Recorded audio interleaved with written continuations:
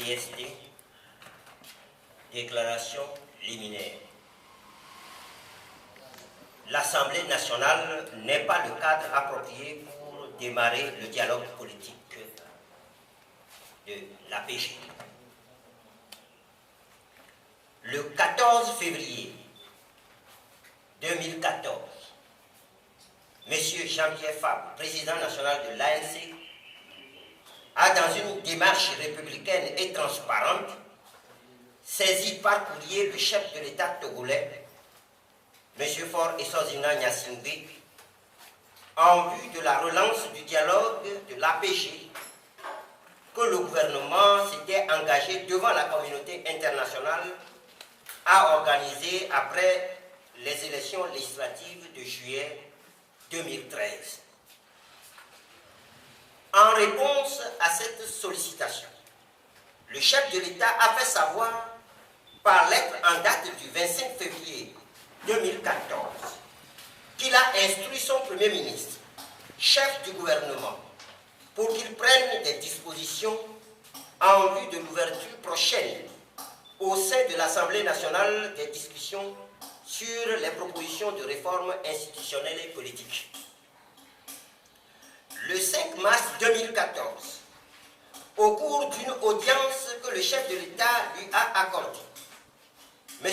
Jean-Pierre Fabre, chef de file de l'opposition, à la tête d'une délégation du collectif Sauvons le Togo, lui a expliqué les raisons pour lesquelles un cadre formel de dialogue en dehors de l'Assemblée nationale était nécessaire.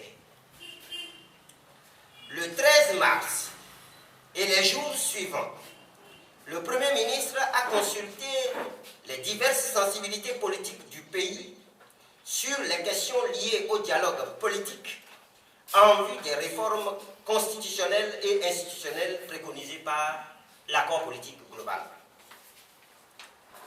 Il revenait alors au pouvoir sur la base des préoccupations exprimées par les uns et les autres de convoquer rapidement le dialogue envisagé. C'est dans l'attente de ce dialogue qu'à l'occasion de la première session de la rentrée parlementaire, tenue le 2 avril 2014, le président de l'Assemblée nationale a annoncé solennellement, comme une réponse indirecte du gouvernement à la classe politique, que le cadre du dialogue politique est l'Assemblée nationale.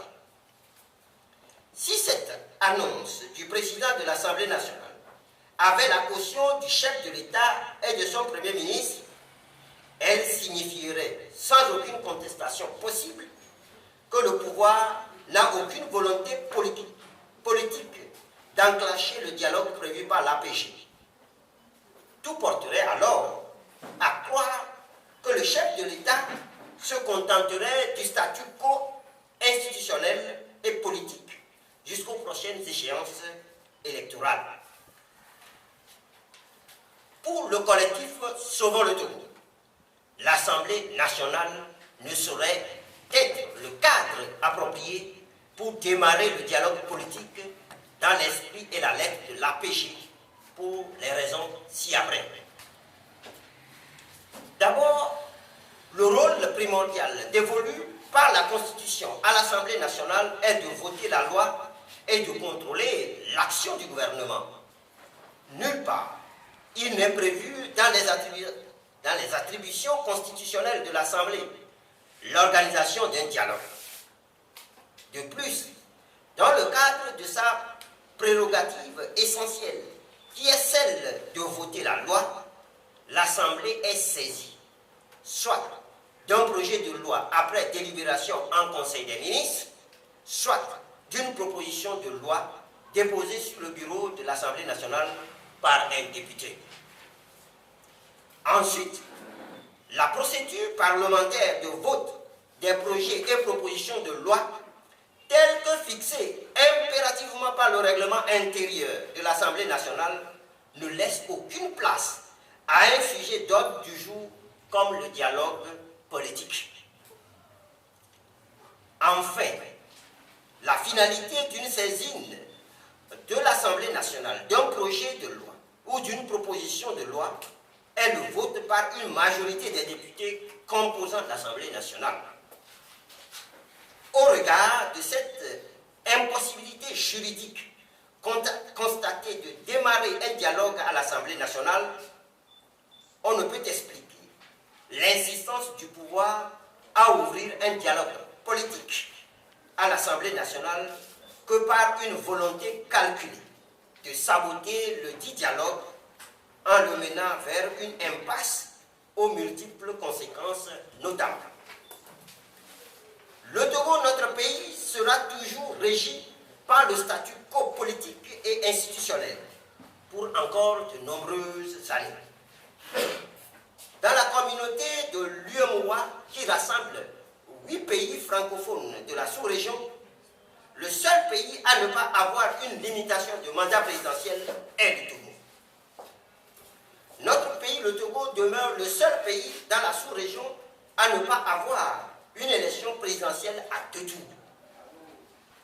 Notre pays est le seul dans la sous-région à ne pas réaliser la décentralisation de ses institutions locales et qui continue à faire gérer ses communes et ses préfectures depuis des décennies en toute opacité par des délégations spéciales non élues.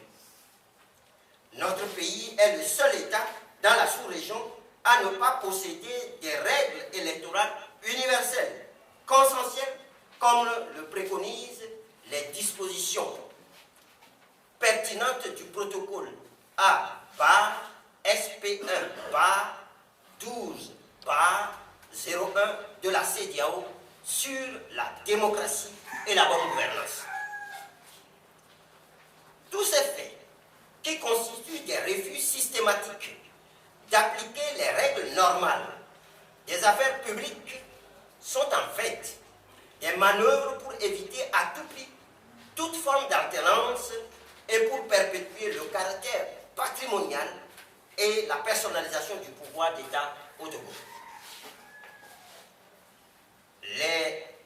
La gravité de cette situation pour l'avenir de notre pays appelle chaque Togolaise et chaque Togolais à un réveil et à un sursaut patriotique pour sauver la terre de nos aïeux de l'obscurantisme politique.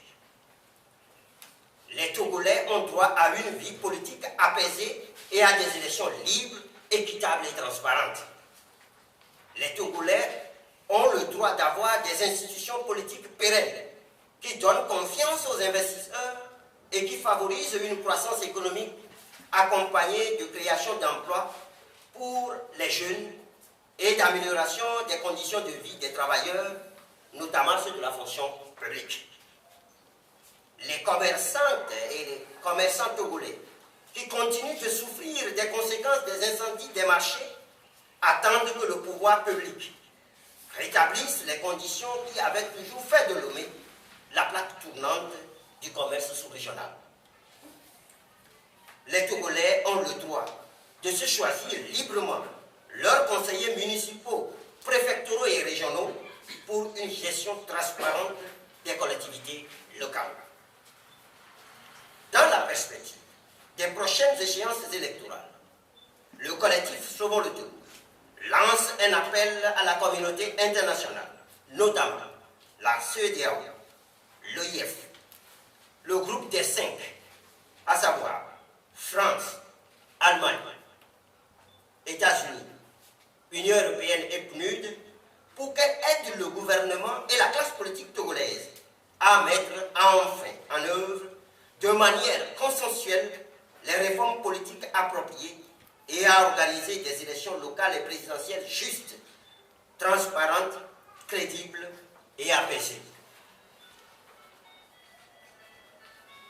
Le collectif Sauvons le Togo appelle les populations togolaises à se mobiliser massivement sur toute l'étendue du territoire national pour exiger, en même temps que les réformes politiques et institutionnelles prescrites par l'APG, l'organisation des élections locales.